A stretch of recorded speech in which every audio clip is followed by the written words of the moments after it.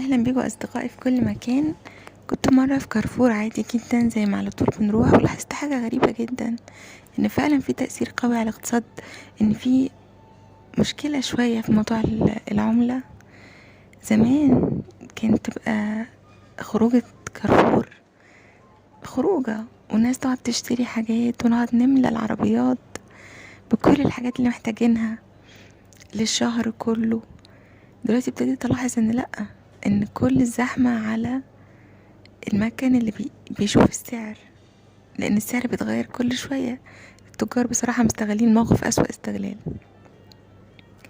والكاشير فاضي يعتبر، حتى العربيات كلها زي ما انتم شايفين كده، الحاجات كلها ضرورية جدا جدا. ده تغيير، ده تغيير، وربنا يعديه على خير، لان المستويات العالية كمان حاسة بيه، المستويات العادية والمتوسطة والفوق المتوسطة، وربنا يكون في عون الناس اللي تحت الطبقة المتوسطة، لان فعلا التجار مستغلين الوضع اسوأ استغلال، لدرجة في منتجات بتغلى من غير داعي.